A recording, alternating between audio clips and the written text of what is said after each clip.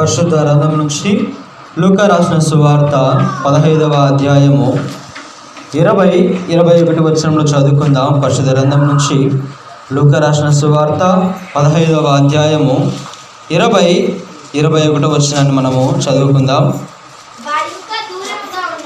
వాడు ఇంకా దూరముగా ఉన్నప్పుడు తండ్రి వారిని చూచి కనికరపడి పరుగెత్తి వాని మెడ మీద పడి ముద్దు పెట్టుకొనెను. అప్పుడు ఆ కుమారుడు అతనితో, తండ్రి, నేను పరలోకమునకు విరోధముగాను నీ ఎదుటను పాపము చేసి తిని, ఇక మీదట నీ కుమారుడనని అనిపించుకొనుటకు యోగ్యుడను కానెను. చాలండి, అందరం కూడా తలొచ్చి చిన్న ప్రార్థన చేసుకుందాం. మమ్మల్ని మిక్కిలుగా ప్రేమిస్తున్న మా ప్రియ పరలోకపు దేవా, తండ్రి యేసయ్యా, నీకు వేలాది వందనములు, స్తోత్రములు, స్తుతులు చెల్లిస్తున్నాము. తండ్రి, ఈ యొక్క పరిశుద్ధ దినం రోజు ప్రభువా, నీ యొక్క సన్నిధిలో కూర్చొని తండ్రి నీ వాక్యాన్ని వినే గొప్ప ధన్యత మాకిచ్చావయ్యా, నీకు స్తోత్రమయ్యా. మధ్యాహ్న కన్నా ప్రార్థనలో ప్రభువా మాతో మాట్లాడినందుకు నీకు స్తోత్రమయ్యా. ఈ సమయం మంది కూడా నైనా నీ వాక్యంలోనికి వెళుతుండగా దేవా, మీరే మాతో మాట్లాడమని అడుగుతున్నాము దేవా. అవునయ్యా, విరిగిన హృదయాన్ని అలక్ష్యము చేయవని వాక్యము సెలవిస్తుందయ్యా. మా పాపం నుంచి దూరం వెళ్ళాలంటే మా హృదయం నల్లగొట్టబడాలి యేసయ్యా. మేము మారాలి అంటే మా హృదయం ఖచ్చితంగా దేవా నీ సన్నిధిలో తగ్గింపు కలిగి ఉండాలయ్యా. ఆ తగ్గింపు రావాలి అంటే మా హృదయం నలగొట్టబడాలంటే తండ్రి ఈ జీవపు వాక్యము మా హృదయంలోనికి వెళ్ళి తండ్రి అది పని చేయలాగున మీరు కృప చూపించమని అడుగుతున్నాము తండ్రి. ఈ సమయమందునైనా మీరే మాకు సహాయం అనుగ్రహించండి.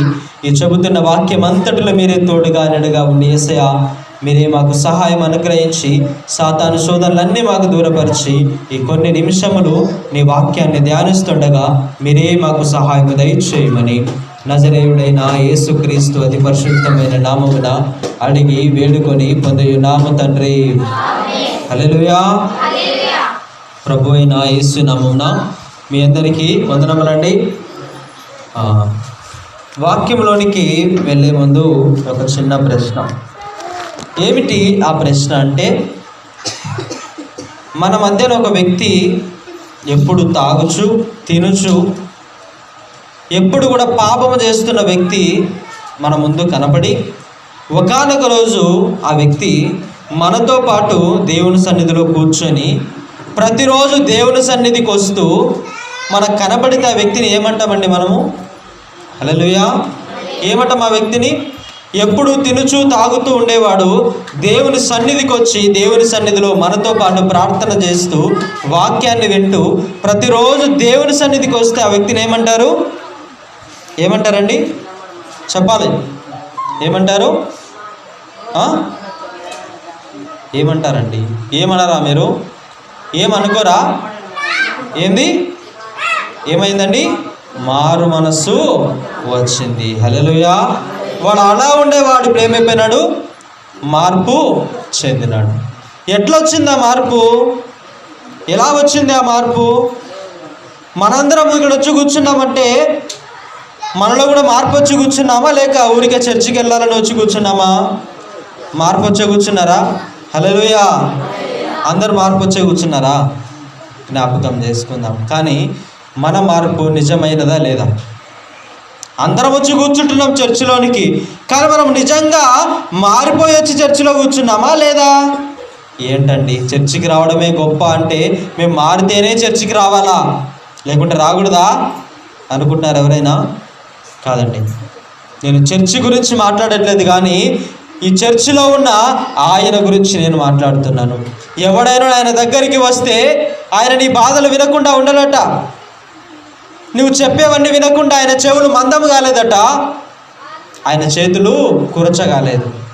ఆయన అంటున్నాడయ్యా, నువ్వు వచ్చి ప్రార్థన చేస్తే నీ ప్రార్థన వినడంత నా చెవులు మందం కాలే, నువ్వు అడిగిన దానిని నేను ఇవ్వకుండా ఉండేంత నా చేతులు కురచగాలేదు, కానీ నీ ప్రార్థన నా దగ్గరికి రావడం లేదయ్యా. హల్లెలూయా. మనం మారినామని ఆయన దగ్గరికి వచ్చి ప్రార్థన చేస్తున్నామే, ఆ ప్రార్థన దగ్గరికి వెళ్ళకపోతే ఆయన నీకు ఎలాగూ సహాయం చేస్తాడా? మనం చెప్పే అవన్నీ కూడా ఆయన దగ్గరికి చేరకుంటే మన మనవిని ఆయన ఆలకించలేడు. హల్లెలూయా. ఈరోజు మనం కూడా ఒక విషయాన్ని జ్ఞాపకం చేసుకోవాలి. ఈ రాత్రి మనం ఏమి తెలుసుకోవాలంటే, నేను నిజంగా దేవునిలో మారినానా, నేను నిజంగా దేవునిలో మారు మనసు పొందినానా అన్న విషయాన్ని మనం ఏం చేయాలి, జ్ఞాపకం చేసుకోవాలి. ఇందాక చదువుకున్న ఈ లేఖన భాగంలో లూకా రాసిన సువార్త 15వ అధ్యాయం 20-21 వచనాల్లో మనందరికీ తెలిసిన ఒక వ్యక్తి ఉన్నాడు. ఎవరండి ఆ వ్యక్తి? ఎవరు ఆ వ్యక్తి? చిన్న కుమారుడు. హల్లెలూయా.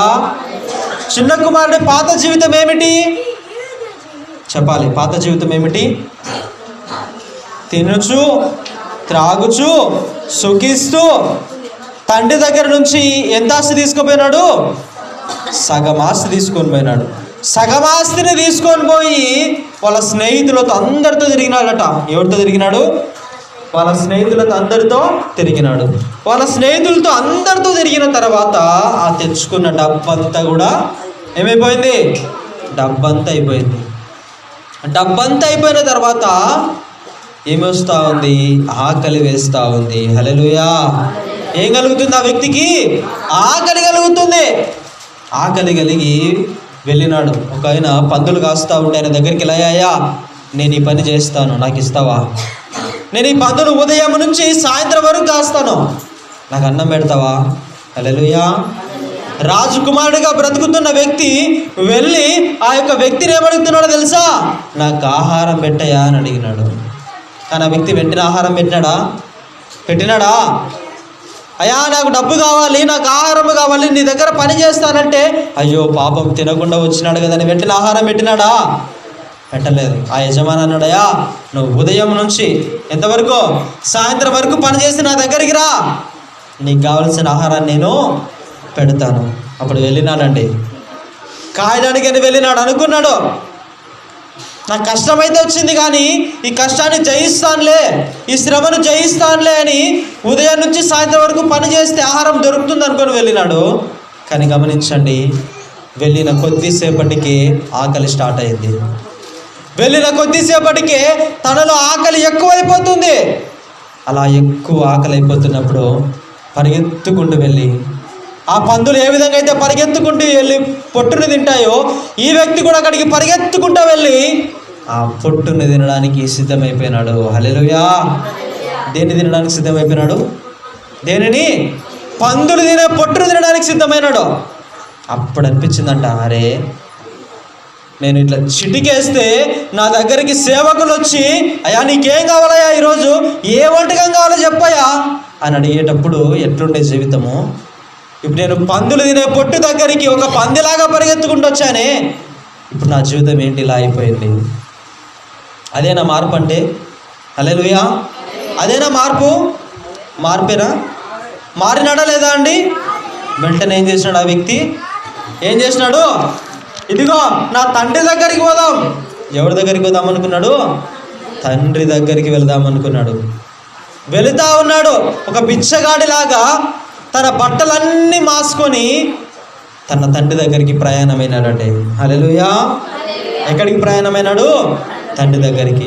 తండ్రి దగ్గరికి ప్రయాణం అవుతున్నప్పుడు, అట్లా దూరముగా ఉన్నప్పుడే గమనించండి, ఆ కుమారుడు కనబడుతూ ఉంటే తండ్రి పరిగెత్తుకుంటూ వెళ్ళి ఆ కుమారుడిని కౌగిలించుకొని అతని మెడ మీద ముద్దు పెట్టి, అయ్యో నా కుమారుడు, నువ్వు మారు మనసు పొందినావా? హల్లెలూయా. ఎందుకంటారు తండ్రి అంత ప్రేమ చూపించాడు? నా కుమారుడు తిరిగి వచ్చాడని కాదు, వాడు మార్చుకొని వచ్చాడు. వాడు వాని బ్రతుకును మార్చుకొని వచ్చాడు నా దగ్గరికి. అందుకు తండ్రి సంతోషించాడు.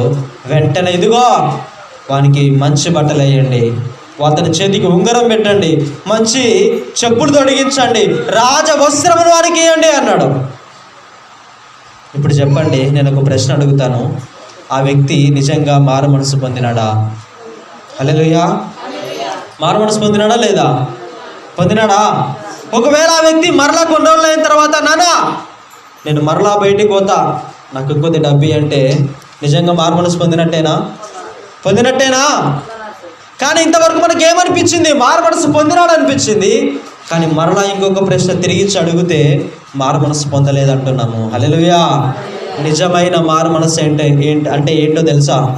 ఆ చిన్న కుమారుడు రోజు మనతో మాట్లాడుతున్నాడు. 21వ వచనం చదవండి.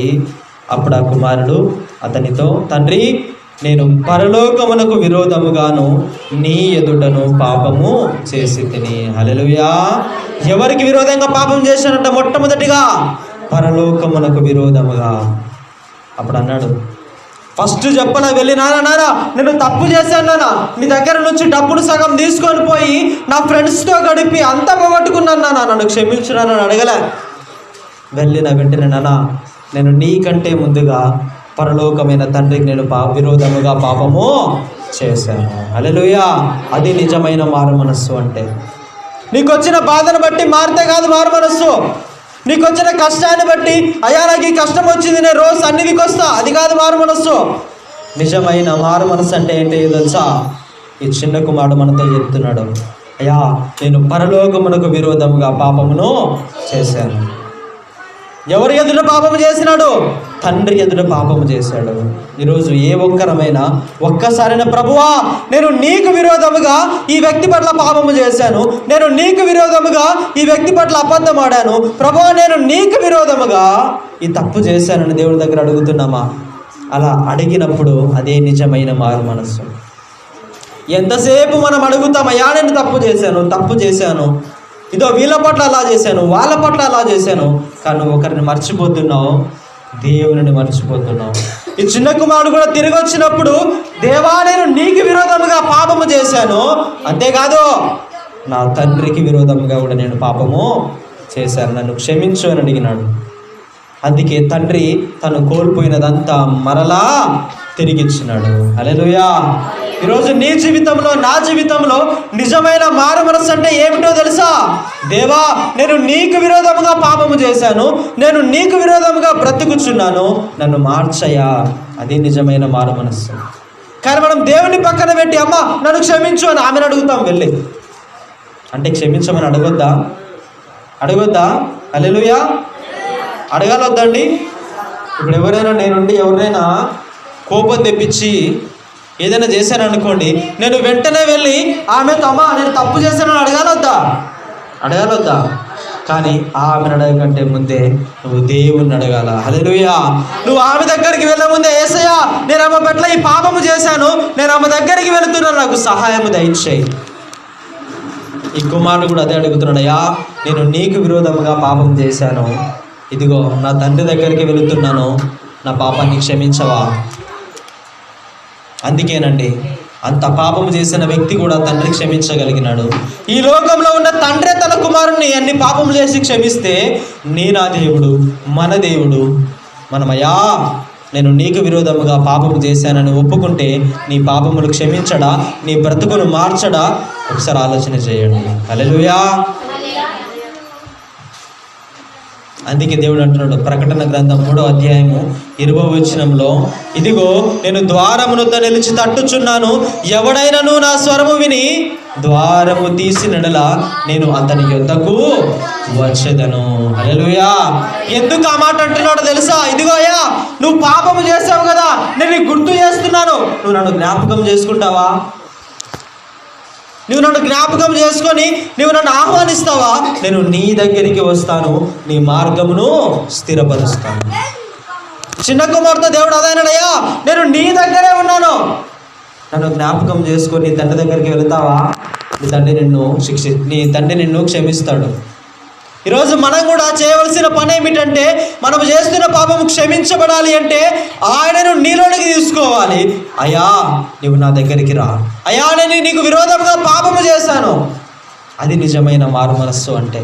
కానీ మనం ఏమనుకుంటాం? నిజమైన మారు మనస్సు అంటే పాపాన్ని విడిచిపెట్టి, నీ పాత జీవితాన్ని విడిచిపెట్టి కొన్ని రోజులు చర్చికి వస్తే మారు మనసు పొందినాం అనుకుంటున్నావు. అదేనా?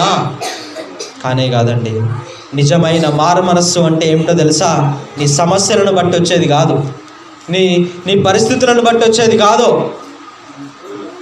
మా ఇంట్లోనండి ఆ వ్యక్తికి ఇలా అయిందండి, రోజు ప్రార్థనకి వెళ్ళాల్సిందే. అదే నా మారు మనస్సు. అయ్యా ఇదిగో ఆ వ్యక్తికి మా ఇంట్లో హెల్త్ బాగాలేదు, మాకు సమస్యలు ఉన్నాయి, మాకు కష్టాలు ఉన్నాయి, మేము మారిపోయినాం, మేము దేవుని దగ్గరికి వస్తాం. అదే నా మారు మనస్సు కానీ కదండి. నిజమైన మారు మనస్సు అంటే ఏమిటో తెలుసా? నీకున్న సమస్యలన్నీ పక్కన పెట్టి నీ పాత జీవితాన్ని ఆయనకు అప్పగిస్తే నీ స్థితిగతులన్నీ మార్చగలిగిన వాడు. హల్లెలూయా. నీ పరిస్థితులన్నీ మార్చగలిగిన వాడు. జ్ఞాపకం చేసుకుందామండి. ఈ చిన్న కుమారుడు ఈ రాత్రి కాలంలో మనతో మాట్లాడుతున్నాడు. అమ్మా, నేను ఇంతలా మారు మనసు పొందాను అంటే, నా పాత జీవితాన్ని వదిలేసి ఇంతగా విచ్చలవిడిగా జీవితం జీవించిన నేను మారు మనసు పొందానంటే ఒకే ఒక కారణము, అదే తండ్రిని అడిగిన ప్రార్థన. హల్లెలూయా. గమనించండి, ఆ చిన్న కుమారుడు వెళ్ళి తండ్రిని ఏమని అడిగినాడండి? ఏమని అడిగాడు? చెప్పాలి. ఏమని అడిగినాడు? అయ్యా, నేను నీకు విరోధముగా పాపం చేశాను, నన్ను క్షమించు. ఇప్పుడు మనం కూడా ఎంతమంది మారు మనసు అంటేనే మనకు ఫస్ట్ ఏంటి గుర్తొస్తుంది? హల్లెలూయా. మారు మనసు అంటేనే మనకి ఏం గుర్తొస్తుంది? ఫస్ట్ చెప్పాలి. ఏం గుర్తొస్తుంది? ఒకడు మారినాడంటే వాడు వెంటనే దేవుని సన్నిధిలోనికి వచ్చి నాకు చేతులు జోడించి వాడు ఏం చేస్తాడు? ప్రార్థన చేస్తాడు. మొట్టమొదటిగా గుర్తొచ్చేది ఏంటిది? ప్రార్థన. నువ్వు మారు మనసు పొందినట్టు నీకు ఏం గుర్తొస్తుంది? ఫస్ట్గా ప్రార్థన. ప్రార్థన చేసినంత మాత్రాన వాడు మారు మనసు పొందినట్టేనా? హల్లెలూయా. పొందినట్టేనా? ఏందండి మాకంతా విరోధంగా నువ్వు వాక్యం చెప్తున్నావు ఈరోజు అనుకుంటున్నారా? కాదండి, రియాలిటీ ఏమిటో తెలుసా? నువ్వు ప్రార్థన చేసినంత మాత్రాన నీకు మార్పు రాదు. నీలో మార్పు రావాలి అంటే మొట్టమొదటిగా నువ్వు దేవునికి నీ జీవితాన్ని తగ్గింపు కలిగి ఆయనకి ఇవ్వాలి. హల్లెలూయా. నువ్వు ప్రార్థనతో మొదలు పెట్టడం కంటే మొట్టమొదటిగా, అయ్యా ఇది నా పాత జీవితము, ఇది నా రోత జీవితం అని ఆయన సన్నిధిలో నీవు దాన్ని ఇవ్వాలి. కానీ మనం ఏం చేస్తాం? ప్రార్థనలో వచ్చి అయ్యా నేను ఈ పాపం చేశాను, ఆ పాపం చేశాను, అవి చేశాను, ఇవి చేశాను ఒప్పుకొని నాకు మారు మనసు వచ్చింది, నాకు రక్షణ వచ్చింది. ఎవరిచ్చారు నీకు రక్షణ? ఎవరిచ్చారు నీకు మారు మనస్సు? అదేనా? హల్లెలూయా. కానీ కాదండి. ఆనాడు సుంకరి ప్రార్థన దేవుడు ఎందుకు విన్నాడో తెలుసా? అతడు వెళ్ళి అయ్యా నేను ఈ పాపం చేశాను, ఆ పాపం చేశాను అన్నదానికంటే, నేను అయ్యా ఈ ప్రార్థనకు వచ్చాను, నా పాపాన్ని అంతా విడిచిపెట్టి నీ సన్నిధికి వచ్చి ప్రార్థన చేస్తున్నాను, నన్ను మార్చు ప్రభువా అని అడగలే. హల్లెలూయా. సుంకరి ప్రార్థన చర్చిలోనికి వెళ్ళాడంటే తన పాత జీవితాన్ని వదిలేసి వెళ్ళింటాడు కదా. వదిలేసి వెళ్ళిన ఆ వ్యక్తి ఆ సన్నిధిలోనికి వెళ్ళి అయ్యా నేను ఆ పాత జీవితాన్ని వదిలేసి నీ చర్చిలోనికి వచ్చినా కదా, నీ ప్రార్థన మందిరంలోనికి వచ్చినా కదా, నన్ను మార్చు ప్రభువా అని అడగలే. వెళ్ళిన వెంటనే అయ్యా ఆకాశం వైపు కన్నులు ఎత్తుటకు కూడా నాకు యోగ్యత లేదు ప్రభువా, అంతగా నేను విరోధంగా నీకు జీవించానయ్యా, ఇదిగో ఇది నా పాత జీవితం, ఇది నా రోత జీవితము, నీ సన్నిధిలో నిలబడలేకపోతున్నానయ్యా అని ప్రార్థన చేశాడు. ఆ ప్రార్థన దేవుడు విన్నాడు. హల్లెలూయా. ఈరోజు మనలో కూడా మారు మనసు రావాలి అంటే కేవలం ప్రార్థనలో నీ పాపాలని చెప్పడం కాదు, నీ పాత జీవితాన్ని, నీ రోత జీవితాన్ని ఆయన సన్నిధిలో నీవు అప్పగిస్తున్నావా? తగ్గింపుతో ఆయన సన్నిధిలో నీ రోత జీవితాన్ని వదిలేస్తే ఆయన నీ ప్రార్థన వింటాడు, నీ జీవితాన్ని ఆయన మార్చివేస్తాడు. మరి ప్రార్థన చేసుకోవాలొద్దా? హల్లెలూయా. ప్రార్థనతో మారు మనస్సు మొదలు కాదన్నాం. మరి దేనితో మొదలవుతుంది అంటే నీ తగ్గింపుతో మొదలవుతుంది. హల్లెలూయా. ఒక వ్యక్తి ఎప్పుడైతే వాడు తగ్గించుకొని దేవుని సన్నిధిలో ఇదిగో నా పాపాన్ని విడిచిపెట్టాలనుకుంటాడో అప్పుడే మారు మనస్సు మొదలవుతుంది. కానీ మనం మాత్రము మారు మనస్సు అంటే చర్చికి వచ్చేది మాత్రమే చూస్తాం, ప్రార్థన చేసుకునేది ఒక్కటే చూస్తాం. కానీ వాడు నిజంగా వాని హృదయాన్ని దేవునికి అప్పగించినాడా అనేది మాత్రం మనం చూడలేకపోతున్నాం. హల్లెలూయా. మనం ఏం చేయాలి? మొట్టమొదటిగా మనలో మారు మనస్సు రావాలి అంటే ఏం చేయాలి? నీ జీవితాన్ని ఆయన దగ్గర తగ్గింపు కలిగిన విధముగా ఉండాలి. రెండవది ఏం చేస్తాము? ఇంకొకటి మారు మనస్సు అంటే మొట్టమొదటిది ప్రార్థన. రెండవది ఏం పని చేస్తామండి? మారు మనస్సు అంటే ప్రతిరోజు వాడు ఎవరి దగ్గరికి వస్తాడు? దేవుని దగ్గరకు వస్తాడు. హల్లెలూయా. ఒకడు మారు మనసు పొందినాడంటే నిన్న మొన్న తాగుతూ చిరుగుతున్నవాడు ప్రతిరోజు దేవుని సన్నిధికి వస్తున్నాడు అంటే ఏమిటి? మారు మనస్సు. హల్లెలూయా. నిజమైన మారు మనస్సేనా అది? నీ పాత జీవితాన్ని ఎప్పుడు తాగుతుండేవాడు ప్రతిరోజు దేవుని సన్నిధికి వస్తున్నాడంటే అది నిజమైన మారు మనస్సా కాదా? చెప్పండి, మారు మనస్సా కాదా? హల్లెలూయా. ఏమిటిది మారు మనస్సు? దేవుని సన్నిధికి రావడం ఒక్కటే కాదు, దేవుని కిందకు రావాలి. హల్లెలూయా. ఎవరి కిందకు రావాలి? దేవుని కిందకు రావాలి. దేవుని కిందకు రావడం అంటే ఏమిటో తెలుసా? నువ్వు పాపంతో వచ్చినా నీతో మాట్లాడతాడు, నువ్వు గర్వపు హృదయంతో వచ్చినా నీతో మాట్లాడుతాడు, నువ్వు పరిశుద్ధునిగా వచ్చినా నీతో మాట్లాడతాడు. ఆ మాట్లాడిన మాటకు నీవు లోబడితే అదే ఆయన కిందకు రావడము. హల్లెలూయా. ప్రతి ఒక్కరికి ఆయన కృప ఉంది. యాకోబు రాసిన పత్రిక 4:6 దేవుడు గర్విష్ఠులను అణిచివేసి దీనులకు కృపనిస్తాడని ఉంది. ఎందుకు ఆయన దీనులకు కృపనిస్తాడో తెలుసా? ఎందుకు ఆయన చెడిపోయిన వారిని దగ్గరకు చేర్చుకుంటాడో తెలుసా? వాడు ఆయన కిందకు వస్తాడని. హల్లెలూయా. నీలో గర్వం ఉంటే నువ్వు ఆయన కిందకు రావు. కానీ తాగుతూ తిరుగుచున్నవాడు దేవుని సన్నిధికి వస్తే వాడు దేవుని కిందనే ఉంటాడు. ఎందుకంటే వానికి తెలుసు అని పాత జీవితం ఏంటో, వాడు ఎన్ని అవమానాలు పడ్డాడో, ఎంతగా నలిగిపోయాడో వానికి తెలుసు. అందుకే వాడు ఎప్పుడు దేవుని విడిచిపెట్టకుండా ఉంటాడు. అదే నిజమైన మారు మనస్సు అంటే. మనమేమో దేవుని సన్నిధికి రావడం ఒక్కటే చూస్తున్నాం, కానీ నువ్వు దేవుని కింద ఉన్నావా? దేవుని సన్నిధిలో ఉన్నావు కరెక్టే, కానీ ఆయన మాటకు లోబడుతున్నావా? ఆయన మాటకు లోబడితే అది నిజమైన మారు మనస్సు. హల్లెలూయా. ఇంకొక మారు మనస్సు ఉంది. ఏమిటో తెలుసా ఆ మారు మనస్సు? ఎవడైనా పాత జీవితానికి జ్ఞాపకం చేసుకుంటే మనకు ఒకటి గుర్తొస్తుంది, కన్నీళ్ళు. హల్లెలూయా. ఏం గుర్తొస్తాయి?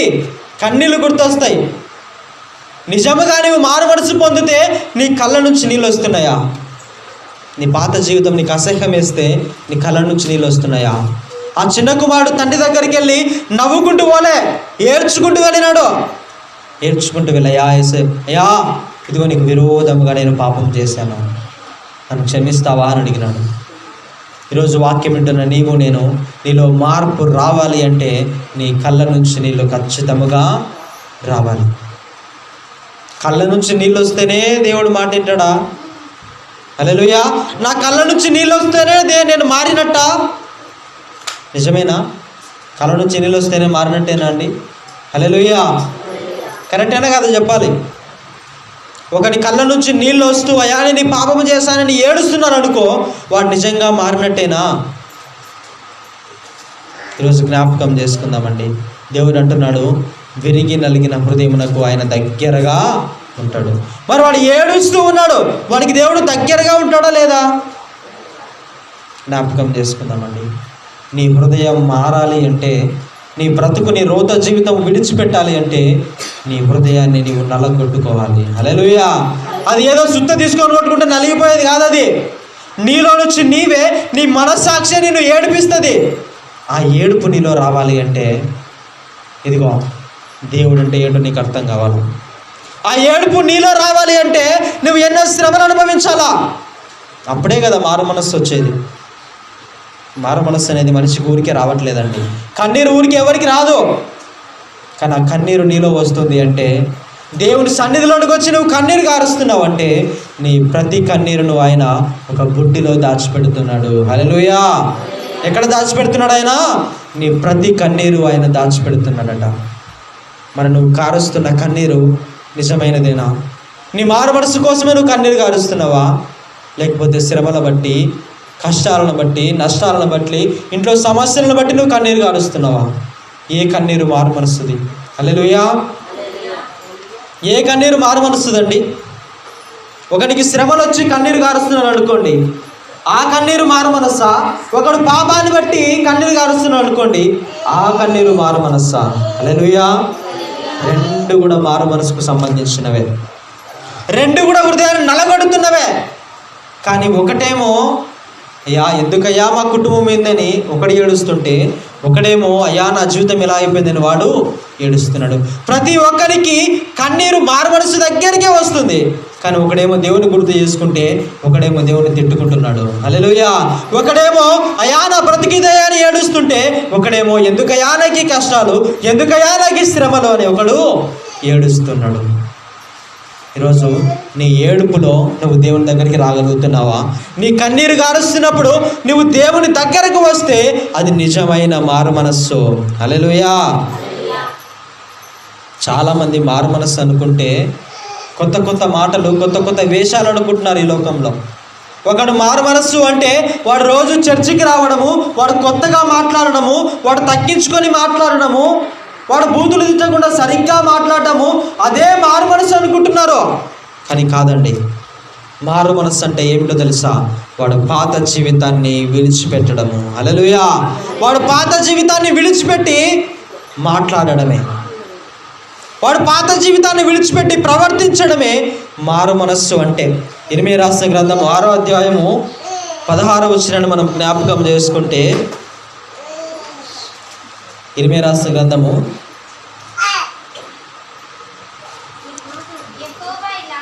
యెహోవా ఇలాగు సెలవిచ్చుచున్నాడు, మార్గంలో నిలిచి చూడుడి, పురాతన మార్గములను గూర్చి విచారించుడి, మేలు కలుగు మార్గం ఏది అని అడిగి అందులో నడుచుకొనుడి, అప్పుడు మీకు నెమ్మది కలుగును. హల్లెలూయా! ఏమిటయా నిజమైన మార్పు అంటే? ఏం చేయాలంట? మొట్టమొదటిగా నీ పాత మార్గాన్ని విడిచిపెట్టి ఏది సరైన మార్గమో కనుక్కోవాలంట. హల్లెలూయా! నీవు ఏ మార్గంలో నడుస్తున్నావో నీకు తెలుస్తుందా? ఊరికి అలంకరణ చేసుకొని దేవుని సన్నిధికి వస్తే, పైకి మాత్రము క్రైస్తవునిగా కనబడి అలంకరణ చేసుకొని నేను మారు మనసు పొందినాను కానే కాదు. నీ పాత జీవితాన్ని నువ్వు ఒకసారి గుర్తు చేసుకున్నావా? నీ పాత జీవితాన్ని గుర్తు చేసుకొని, అయ్యా ఇది నా పాత జీవితము, నేను ఏ మార్గంలో వెళ్ళాలి ప్రభు అని ఆయన సన్నిధిని అడిగినావా? ఏమీ అడగకుండా నీ అంతటా నీవే నిర్ణయం తీసుకొని వచ్చి దేవుని సన్నిధికి వచ్చి, అయ్యా నేను మారినానయ్యా అంటే అది నిజమైన మారు మనసు కానీ కాదండి. కేవలం ప్రార్థన చేసినంత మాత్రాన, పాటలు పాడినంత మాత్రాన, నీ శ్రమలను బట్టి కన్నీరు విడిచినంత మాత్రాన నీలో మారు మనస్సు కాదు. కానీ జ్ఞాపకం చేసుకో, నిజమైన మారు మనస్సు అంటే ఏంటో తెలుసా? నీ ప్రయాసనంతా ఆయన మీద మోపాలా. హల్లెలూయా! నీ భారమునంతా ఆయనకు వదిలిపెట్టాలా. అలా వదిలిపెట్టి పాత జీవితాన్ని నీవు జ్ఞాపకం చేసుకొనకూడదు. హల్లెలూయా! చివరిగా ఒక వ్యక్తి గురించి నేను ముగిస్తానండి. నిజమైన మారు మనస్సు అంటే ఏమిటి? ఇంతవరకు మనం తెలుసుకున్నాం. కేవలము మారు మనస్సు అంటే ప్రార్థన ఒక్కటే కాదు, కానీ ఏముండాలి మనలో? తగ్గింపు జీవితం ఉండాలి. దేవుని దగ్గరకు రావడం ఒక్కటే కాదు, దేవుని మాటలు విని దాని ప్రకారంగా ప్రవర్తించే వారిగా ఉండాలి. నీ పాత జీవితాన్ని విడిచిపెట్టి ఆయన సన్నిధిలో కన్నీరు గార్చే బిడ్డగా నీవు ఉండాలా. ఇక చివరిగా నీ పాత జీవితాన్ని జ్ఞాపకం చేసుకునయా, అలా ఉన్న నన్ను ఇలా మార్చు ప్రభువా, ఇక నేను ఆ దారిలోనికి వెళ్ళకుండా నాకు సహాయము దయచేయి ప్రభు అని ఆయన సన్నిధిలో అడగాల. చివరిగా ఒక వ్యక్తి అండి. ఎవరు ఆ వ్యక్తి అంటే మనందరికి తెలిసిన వ్యక్తి యాకోబు. హల్లెలూయా! ఎవరు ఆ వ్యక్తి? ఎవరు? యాకోబు. యాకోబు తండ్రిని విడిచి పారిపోయినాడు. ఆశీర్వాదంలో దొంగతనముగా తీసుకొని తండ్రిని విడిచి పారిపోయి అన్నీ సంపాదించుకున్నాడట. ఏం సంపాదించుకున్నాడు? ఆస్తిని, భార్యను, పిల్లలను, అన్నీ ఉన్నాయి అతనికి, సమృద్ధిగా ఉన్నాయి, పని వాళ్ళు ఉన్నారు, అన్నీ కలిగిన అతను దారిలో వస్తున్నప్పుడు ఒక భయం వెంటాడింది. తన అన్న అయిన ఏశావు ఎక్కడ చంపేస్తాడన్న భయం ఉంది. ఇతను అనుకోవచ్చు కదా, నా దగ్గర పని వాళ్ళు ఉన్నారు, నా దగ్గర ఆస్తిపాస్తులు ఉన్నాయి, ఏమీ లోటు ఉంది, వాడు వస్తే ఎంత వాడిని చంపేస్తా అనుకోవచ్చు కదా. అనుకోలే, భయపడ్డారంట యాకోబు. నా అన్న నన్ను చంపేస్తాడేమో అని భయపడి అందరిని ఒక మార్గంలో పంపించినాడు. ఎడ్లను, ఆ గాడిదలను అన్నీ పంపించినాడు. ఆఖరికి తన అన్న ఆ భార్యను చూసి మనస్సు కరుగుతాడేమోని పిల్లలను, భార్యను అందరూ ఒక దారిలో పంపించినాడంట. అంత కోపంతో వస్తున్న ఏశావు ఆ పిల్లల ముఖం చూసైనా, ఆమె భార్య ముఖం చూసైనా మనసు కరుగుతుందని అందరిని పంపించిన యాకోబు అతను ఒక్కడు మాత్రం ఒక మార్గంలో వెళుతున్నాడు. అలా వెళుతున్నప్పుడు రాత్రి కాలంలో నిద్రపోతున్నప్పుడు గమనించండి, దేవదూతలు పరలోకమునకు ఎక్కిపోతున్నప్పుడు ఒక దేవదూతను గట్టిగా పట్టుకున్నాడట. హల్లెలూయా! ఎలా పట్టుకున్నాడు? గట్టిగా పట్టుకున్నాడు. నన్ను ఆశీర్వాదకరముగా మార్చు అని గట్టిగా పట్టుకున్నాడట. గమనించండి, దేవదూత కంటే బలవంతుడు కాదు, కానీ దేవదూతను ఆపగలిగినాడు. ఎంతవరకు? 1 నిమిషము 2 నిమిషములు కాదు, రాత్రి నుంచి పొద్దు ఆ యొక్క ఉదయం వచ్చే టైం వరకు, అయ్యా ఇదిగో ఉదయిస్తున్నాడు సూర్యుడు, నన్ను వదిలెట్టయ్యా అన్న కూడా, ఇదిగో నువ్వు నన్ను ఆశీర్వదిస్తేనే వదిలేస్తాను. హల్లెలూయా. ఎంతవరకు గోజారినాడు? రాత్రంతా. ఎందుకోసం? పేరుకొక్కటే కాదు, పాత జీవితాన్ని వదిలేసి కొత్త జీవితం కావాలనుకున్నాడు. రాత్రంతా పెనుగులాడిన ఎందుకు దేవదూత మార్చలేదండి? హల్లెలూయా. ఎప్పుడో ఉదయం అవి అయ్యే టైంకి వచ్చినప్పుడు, వేకువ జామప్పుడు ఎందుకు మార్చిందంటారు? రాత్రంతా పెనుగులాడినాడు కదా, దేవదూత ఎందుకు మార్చలేదంటారు పేరును? ఎప్పుడైనా ఆలోచించినారా? ఈరోజు జ్ఞాపకం చేసుకోనండి. యాకోబు దేవదూతను పట్టుకొని రాత్రంతా పెనుగులాడిన దేవదూత అనుకుందంట, నువ్వు చేసిన తప్పు అలాంటిది కాదురా, నేను నిన్ను క్షమించను. కానీ ఆ పట్టుకొని ఏడుస్తూ ఏడుస్తూ ఏడుస్తూ కన్నీరు విడిచి, నా పాత జీవితం నాకొద్దు, ఈ రోత జీవితం నాకొద్దు, ఈ భయపడే జీవితం నాకొద్దు, నన్ను జనములకు అధిపతిగా చేయి, నన్ను ఇశ్రాయేలు ప్రజలకు తండ్రిగా చేయి అని మొరపెట్టిన యాకోబు చివరికి దేవదూత అనుకుంది, ఇదిగో వీడు నిలబడగలడు. హల్లెలూయా. వీడికి మార్పునిస్తే వీడు నిలబడగలడు. అందుకేనండి, ఎన్ని ఇబ్బందులు పెట్టినా, ఆ యొక్క తొడ మీద ఆ యొక్క గాయము చేసిన యాకోబు విడిచిపెట్టలేదు. ఈరోజు దేవుని వాక్యాన్ని వింటున్న నీవు నేను జ్ఞాపకం చేసుకున్నాం. ఒక చిన్న శ్రమ వస్తే నీ మార్గాన్ని విడిచేస్తున్నావు, ఒక చిన్న కష్టం వస్తే నీ భక్తి జీవితాన్ని విడిచేస్తున్నావు. ఎక్కడుంది నీకు మారు మనస్సు? అది నిజమైన మారు మనస్సు అనుకుంటున్నావా? యాకోబు రాత్రంతా పెనుగులాడిన అతనికి పేరు రాలేదే, ఎప్పుడో ఉదయకాలం వచ్చింది. ఈరోజు వాక్యం వింటున్న నీవు నేను జ్ఞాపకం చేసుకున్నాం.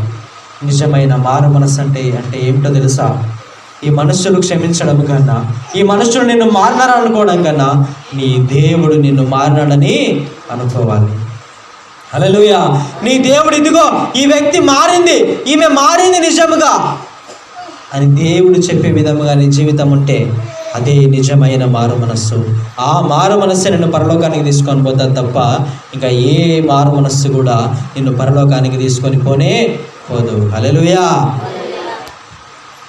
ఈరోజు ఎంతమంది అండి దేవుని సన్నిధికి వస్తే మా బ్రతుకులు మారిపోతాయి అనుకుంటున్నారు. కానీ దేవుని సన్నిధికి రావడం ఒక్కటే కాదు, ఆయన సన్నిధిలోకి వచ్చిన నీవు నీ పాత జీవితాన్ని విడిచిపెట్టగలిగితే నీ స్థితిగతులను ఆయన మార్చగలడు, నీ బ్రతుకును ఆయన మార్చగలడు. కాబట్టి ఈరోజు జ్ఞాపకం చేసుకుందాం. ఈ రాత్రి ఒక తీర్మానం తీసుకోవాలా. ఏమిటా తీర్మానం అంటే ఏమిటో తెలుసా? ప్రభువా, ఇన్ని నాళ్ళు నా హృదయం దగ్గర తడుతూనే ఉన్నావు కదయ్యా, నాకు కష్టాల నుంచి మారుమనస్సు పొందమని చెప్పినావు, నాకు శ్రమల నుంచి మారుమనస్సు పొందమని చెప్పినావు, నా పాపాన్ని నాకు గుర్తు చేసి నాకు మారుమనస్సు పొందమని చెప్పినావు. ఇదిగో నా కళ్ళ నుంచి నీళ్లు తెప్పించి కూడా నన్ను మారుమనస్సు పొందమని చెప్పినావు కదా యేసయ్య. కానీ నేను మారలేదే, నా పాత జీవితాన్ని విడిచిపెట్టలేకపోయినాను కదా. ఒక్కసారి నన్ను జ్ఞాపకం చేసుకోయా. అప్పుడెప్పుడు మారలేదేమో, కానీ ఈరోజు నా జీవితానికి సమర్పిస్తాను, నా పాత జీవితాన్ని వదిలేస్తాను, నా రోత జీవితాన్ని వదిలేస్తాను, నా బ్రతుకు మార్చు ప్రభు అని ఈ రాత్రి నువ్వు తీర్మానం తీసుకొని నీ కన్నీరు విడిస్తే, నీ ప్రార్థన చేస్తే దేవుడు నీ ప్రార్థన వింటాడు. హల్లెలూయా. నీ బ్రతుకును ఆయన మారుస్తాడు. కాబట్టి జ్ఞాపకం చేసుకుందామండి. ఎన్నాళ్ళండి వేషధారణ జీవితం జీవిస్తాం, ఎన్నాళ్ళు మనుషులకు కనబడే జీవితం జీవిస్తాం. ఆ జీవితం ఉన్నా ఒకటే, లేకున్నా ఒకటే. కానీ నిజమైన జీవితం జీవించండి. ఆ నిజమైన జీవితమే నిజమైన మార్పు. ఆ మార్పు నీ హృదయంలో కనబడితే నీ స్థితిగతులేవి కూడా నీ ముందర నిలబడవు.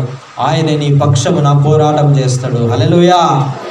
నువ్వు నిజముగా మారు మనసు పొంది నీ జీవితాన్ని నువ్వు జీవిస్తే నీ ముందు ఏమున్నా కూడా ఆయనే నీ పక్షమున యుద్ధమును జరిగిస్తాడు. కాబట్టి జ్ఞాపకం చేసుకుందాం. నువ్వు నిజముగా మారి ఆయన సన్నిధిలో ఉండు. నీ పరిస్థితులను, నీ స్థితిగతులను, నీ జీవితాన్ని మార్చి నిన్ను ఊహించని రీతిలో, అధికమైన రీతిలో ఆయన నీకు మహిమను తెచ్చే విధంగా నిన్ను మార్చగలడు. హల్లెలూయా. కాబట్టి మనందరం కూడా అలాంటి జీవితం జీవించాలని దేవుడి చిన్ని వాక్యమును దీవించి ఆశీర్వదించునుగాక. అందరం కూడా లేచి